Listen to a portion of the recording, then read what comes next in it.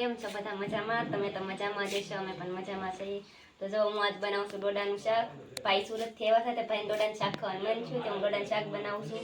તો ડોડા મોળી નાખ્યા છે, તેલ નાખવાનું બાકી છે, તેલ નાખી દઉં.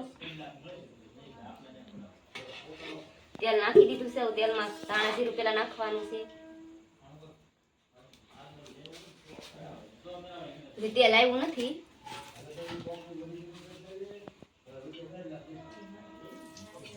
તેલ ન થયું, ટમેટા મોળી લીધા, બધું ચાર કરી લીધું. હવે ખાલી ડોડાનું શાક બનાવવાનું છે.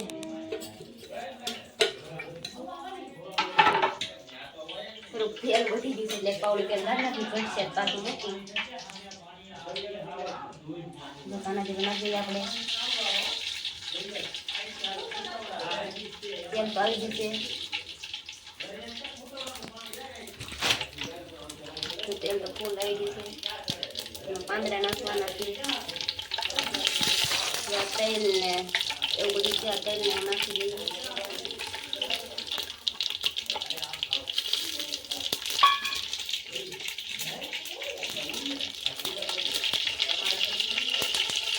તેલ આવી જાય એટલે ટમેટા નાખવાના છે.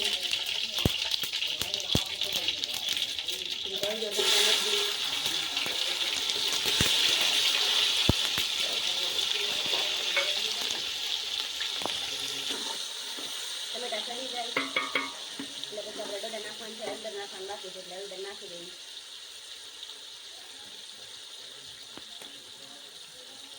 હળદર નાખી દીધી. મસાલો તૈયાર કર્યો પછી ડોડા નાખવાના છે. ડોડાનું શાક તમે ખાતા આવી જાવ એવું બને.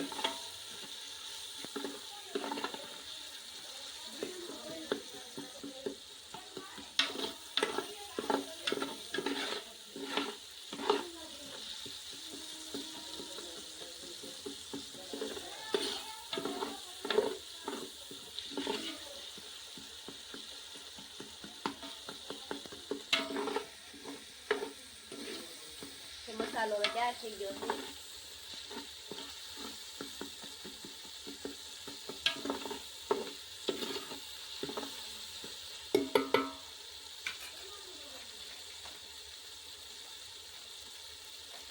એક શાકનું નમક નાખી દઈએ.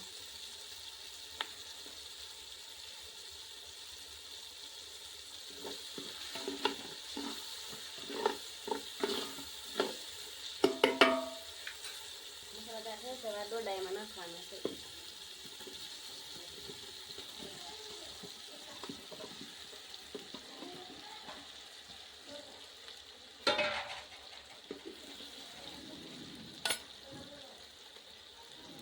હવે તો લીમડો વાટીને નાખશું એટલે સંગત મસ્ત આવે. લીમડાની એકમાં સણ નથી આવે.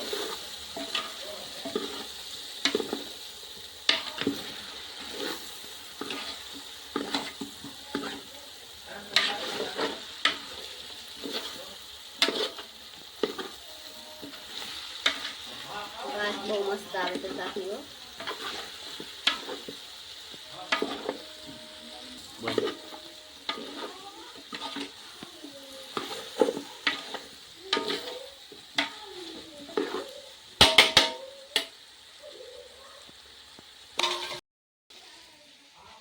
એટલું મરચું લેવાનું છે. મરચાં છે ને પલાળીને નાખવાનું છે એટલે મરચું બળે નહીં.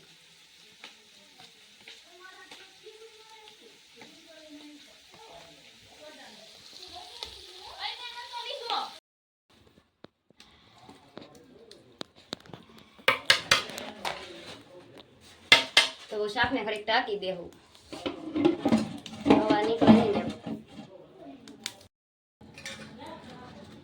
કેવું મસ્ત તાપ થાય છે. સુલે શાક હોય કેવી મજા આવે ખાવાની. શાક જોઈ લો કેટલે પીડ્યું.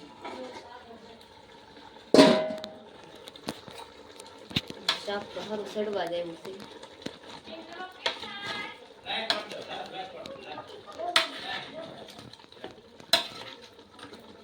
બાજરાની વાસ કેટલી મસ્ત આવે છે.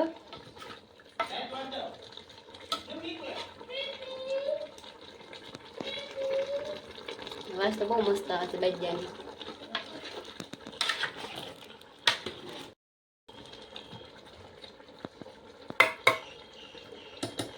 ઘરે ઢાંકી દઈ, પાછો કઢાઈ સળવા દઈ.